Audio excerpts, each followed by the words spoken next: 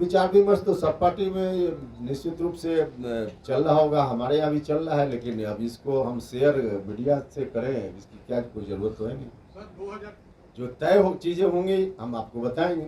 बीच का जो प्रोसेस है, जहाँ विमर्श का मामला होता है, बीच के प्रोसेस की जानकारी हमेशा देने की आवश्यकता नहीं होती। जिस जिस स्टेज में हम जानकारी देने की जरूरत समझेंगे, उस स्टेज में जानकारी आपको देंगे, और जब फाइनल होगा तब तो जानकारी देंगे ही। साथ में रोहित कुमार आप न्यूज फाउंडेशन पर। लोकसभा चुनाव अवसर पर है, करीब 9 महीने बाद देश में लोकसभा के चुनाव होने हैं। ऐसे में तमाम पार्टियां अपने अपने हिसाब से चुनावी तैयारियों में लग गई हैं। ऐसे में इन तैयारियों के बीच में एनडीए का कुनबा लगातार बिहार के अंदर मजबूत हो रहा है। बीजेपी के साथ जो लोजपा के दोनों गुट हैं वो साथ आ गए हैं, तो उपेंद्र कुशवाहा जीतन राम मांझी भी अब नए हमसफर हैं। जाहिर तौर पर हाल ही में एनडीए की दिल्ली में हुई मीटिंग के बाद जो है अब इस बारे में चर्चा हो रही है कि बिहार की 40 सीटों पर कौन कितनी सीटों पर चुनाव लड़ेगा। एक तरफ जहां लोजपा रामविलास ने अपने हिसाब से दावे कर रखे हैं, तो दूसरी तरफ राष्ट्रीय लोक जनशक्ति जो पार्टी है, जो कि पारस का गुट है, उसने भी बिहार की कुछ सीटों पर दावा ठोक रखा है। ऐसे में इन लोगों को कितनी सीटें बिहार में मिलने वाली हैं अभी साफ नहीं है, लेकिन ये तय माना जा रहा है कि आपसी सहमति के आधार पर जो है सीटों का बंटवारा होगा। लेकिन बड़ी बात निकल के सामने आती है जीतन राम मांझी की और उपेंद्र कुशवाहा की। उपेंद्र कुशवाहा की पार्टी राष्ट्रीय लोक जनता दल जो है, जो कि अभी हाल में बनी है, वो भी एनडीए का हिस्सा हो गई है। नीतीश कुमार का साथ छोड़ने के बाद उपेंद्र कुशवाहा ने नई पार्टी बनाई है और पार्टी के सर्वेसर्वा भी हैं।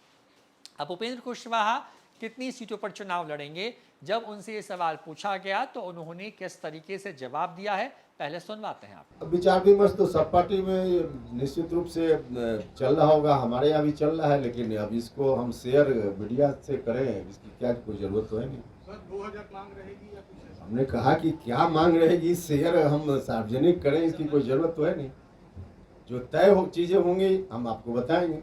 बीच का जो प्रोसेस है, जहाँ विमर्श का मामला होता है, बीच के प्रोसेस की जानकारी हमेशा देने की आवश्यकता नहीं होती।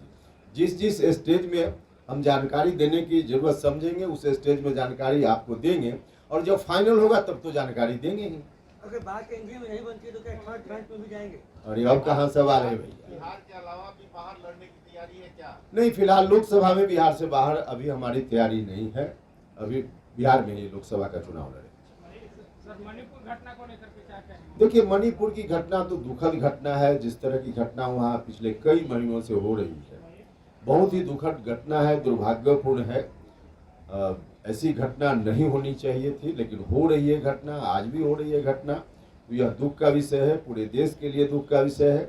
लेकिन इन घटनाओं को रोकने के लिए सरकार की जो जवाबदेही होती है, चाहे वहाँ राज्य की सरकार की जवाबदेही हो या भारत सरकार का जितना की उनकी जवाबदेही बनती हो, दोनों को देखना चाहिए। ऐसी घटना आगे न बढ़े, और समाज को भी थोड़ा आगे आना चाहिए, क्योंकि सोसाइटी थोड़ा अवेयर होकर इन चीज़ों के खिलाफ खड़ा होगा तो सरकार को भी बल मिलेगा और घटना शायद रुक पाएगी। बता दें कि बिहार में कुल लोकसभा के 40 सीटें हैं। पिछले चुनाव यानी कि साल 2019 के चुनाव की बात करें तो एनडीए जो है उसमें जदयू के साथ साथ लोजपा और बीजेपी शामिल थी। इन लोगों ने साझा चुनाव लड़ा था, जिसमें से 17 सीटों पर जदयू और बीजेपी ने अपने प्रत्याशी उतारे थे, जबकि लोजपा के हिस्से में 6 सीटें आई थी। लोजपा और बीजेपी ने अपनी सभी सीटें जीत ली थी, जबकि जदयू को अपनी एक किशनगंज की सीट पर हार का सामना करना पड़ा था। इस बार समीकरण बदले हुए हैं। नीतीश कुमार अब महागठबंधन का हिस्सा हो चुके हैं, जहां पर कुल 6 दल शामिल हैं।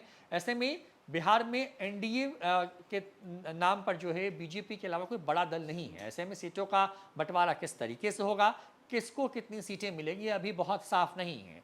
क्योंकि जिस तरीके से अचानक रातों रात एनडीए की मीटिंग के पहले जो चिराग पासवान हैं उनकी मुलाकात हो जाती है दिल्ली में अमित शाह के साथ साथ बीजेपी के राष्ट्रीय अध्यक्ष जेपी नड्डा से, उस मुलाकात के सहारे एक तरीके से बताने की कोशिश हुई कि एनडीए इंटैक्ट हो रहा है बिहार के अंदर खास करके।